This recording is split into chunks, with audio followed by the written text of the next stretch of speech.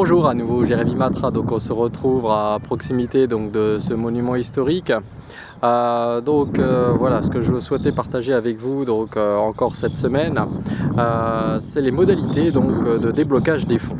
Voilà, une question que se posent la plupart des primo-accédants, ou tout du moins les gens qui empruntent pour la première fois auprès d'un prêt immobilier. Donc comment faire pour, voilà, qu'est-ce qui se passe pour débloquer les fonds, qui fait quoi.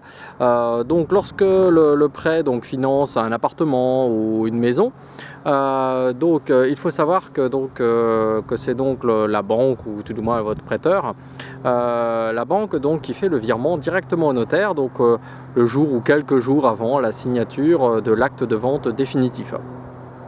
Voilà, fini les chèques de banque, maintenant c'est uniquement par virement. Une nouvelle loi est passée dans ce cadre, ça fait quelques temps maintenant. En ce qui concerne lorsque l'emprunt est destiné au financement des travaux, le règlement des factures et les appels de fonds est généralement effectué directement par la banque ou votre prêteur.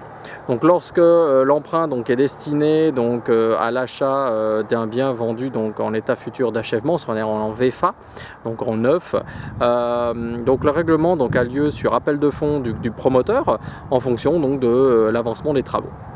Donc c'est généralement des déblocages successifs qui permettent de débloquer les fonds. Maintenant, chaque versement est réclamé par le constructeur, qui entraîne une facturation d'intérêt intercalaire sur les sommes débloquées. Donc le remboursement du capital emprunté, lui, ne démarre qu'à la livraison du bien immobilier. Donc en cas de différé total du paiement des intérêts intercalaires, celui-ci a lieu en même temps que le remboursement du capital emprunté. Donc voilà ce qui est important de savoir sur les modalités de déblocage des fonds.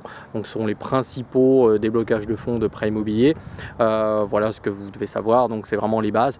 Mais bon, lorsque vous achetez un appartement pour faire du locatif, généralement c'est la banque ou l'établissement qui fait directement le virement au notaire sur appel de fonds suite au courrier que vous recevez pour la date de signature. Donc il envoie généralement le RIB qui va avec, vous donnez tout ça à votre intermédiaire financier et il s'occupe de faire le virement du montant prévu, sauf si bien entendu il y a un apport personnel, auquel cas vous devrez faire le virement vous-même auprès du notaire.